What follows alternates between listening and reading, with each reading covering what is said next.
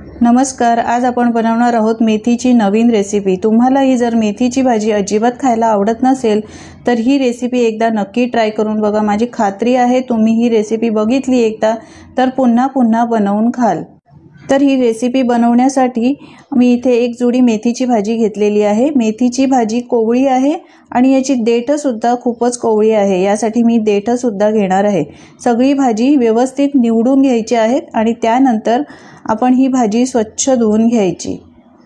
तर मी ही भाजी धुवून घेतलेली आहे, हे बघा चाळणीमध्ये घालून अशी पाणी निथळून काढलेलं आहे।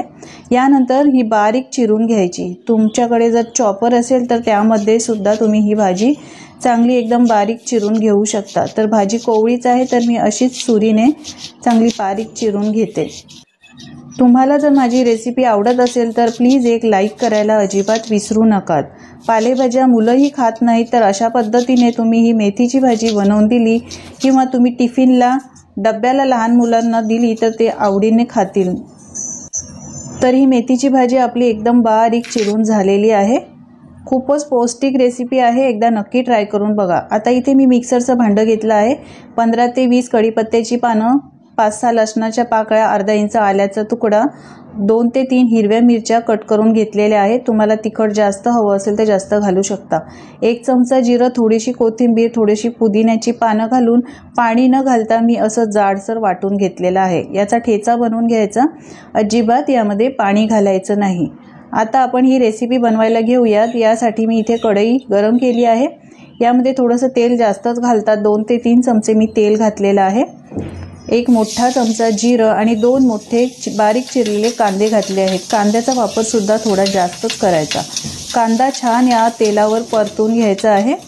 मस्त याचा कलर चेंज झालेला आहे। आता यामध्ये आपण जो ठेचा बनवला होता ना, तो ठेचा यामध्ये घालायचा आहे आणि असा छान मस्त खमंग सुगंध येईपर्यंत परतून घ्यायचा। यानंतर मी इथे मूठभर शेंगदाण्याचा कूट घेतलेला आहे। भाजलेले शेंगदाण्याचा कूट बनवला होता तो घेतला आणि थोडंसं ओलं खोबरं घेतलं आहे। हे दोन्ही सुद्धा यावरच परतून घ्यायचं आहे। गॅस इथे मी मीडियम ठेवलेला आहे। यानंतर चवीप्रमाणे मीठ घालायचं आणि आपण बारीक चिरलेली मेथी घालायची आणि चांगली याला परतून घ्यायचं आहे।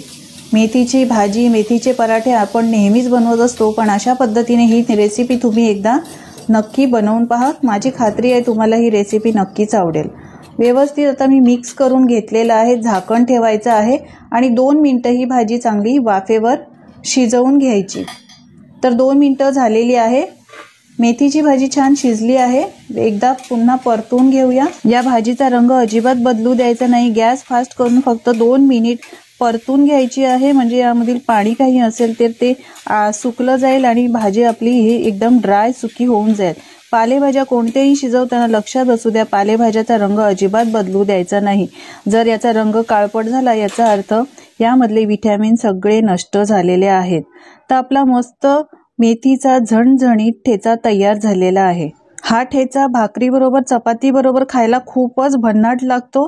शिवाय तुम्हाला जर टिफिनसाठी मेथीची भाजी बनवायची असेल तर अशा पद्धतीने तुम्ही ठेचा बनवून देऊ शकता।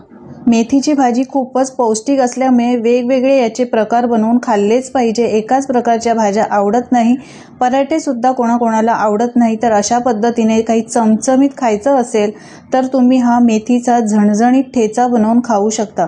खायला अप्रतिम लागतो, खूपच जबरदस्त याची टेस्ट लागते। कधी बनवला नसेल तर नक्की ट्राय करून बघा। रेसिपी कशी वाटली कमेंट करून सांगायला विसरू नका। आवडली असेल तर लाईक करा, शेअर करा आणि अशाच नवनवीन रेसिपी पाहण्यासाठी चॅनलला सबस्क्राईब करा। धन्यवाद।